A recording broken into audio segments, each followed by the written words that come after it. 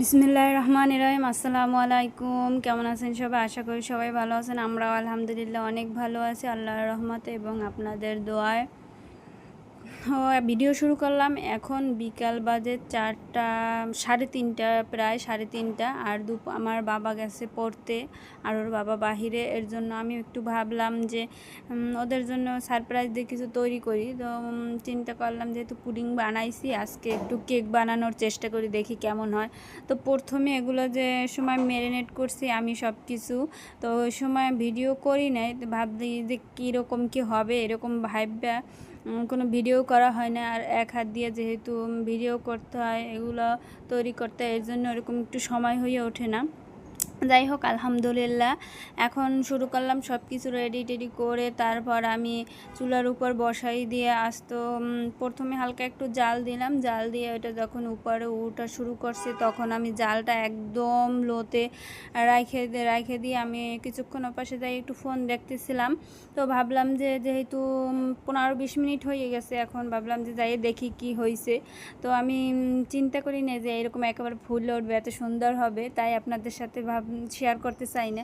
তাই ভাবলাম যে এখন চিন্তা করলাম যে এখন একটু ভিডিও করি, যেহেতু এত সুন্দর হয়েছে।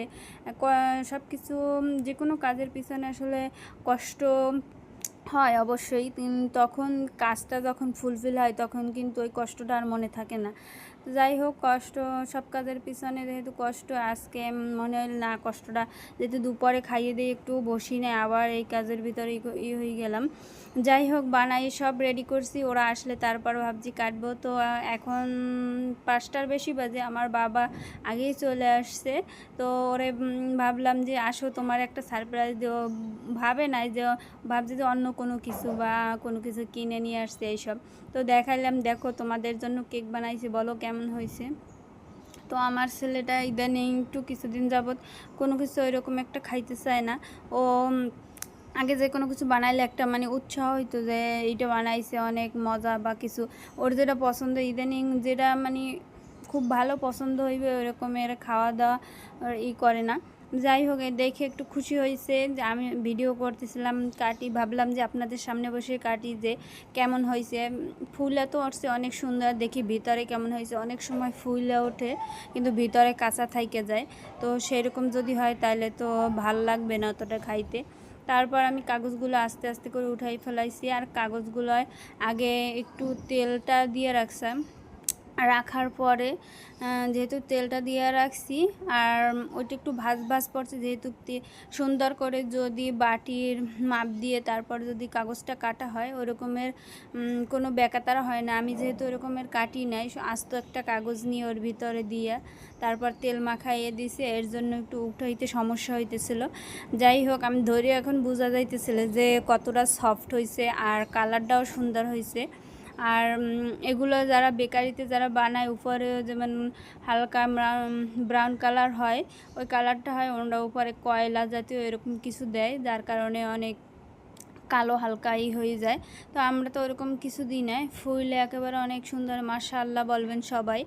আর পরে কোনো এক ভিডিওতে আপনাদের সাথে আমার ফুল A to Z কেক আমি কিভাবে বানাই সব ভিডিও আপনাদের সাথে শেয়ার করব অবশ্যই। তো আজকের ভিডিওটা যদি অবশ্যই ভালো লাগে, লাইক, শেয়ার এবং কমেন্ট করতে ভুলবেন না। কেমন হয়েছে অবশ্যই কমেন্ট করে জানাবেন। আর এই তো টুকিটাকি ঘরের মানুষদের সারপ্রাইজ দিলে কিন্তু মনটা আসলে ভালো লাগে যে খুশি হয়েছে না। তো দেখি কি বলে খাইয়া সবাই। আমার ছেলে তো এখন ও খাওয়ার অতটা বেশি নাই, ও এখন টিভি দেখবে, এর জন্য বেশি এই আনন্দ লাগতেছে ওর যে এখন পড়া শেষ, এখন আসে টিভি দেখবে। যাই হোক, আলহামদুলিল্লাহ আমার কাছে তো অনেক ভালো লাগতেছে। ওর বাবা খাইয়ে অনেক ভালো বলছে যে না, অনেক মজা হয়েছে, সুন্দর হয়েছে, হালকা মিষ্টি হয়েছে। আমার ছেলেও বলছে অনেক ভালো হয়েছে, দেখেন কতটা সফট হয়েছে।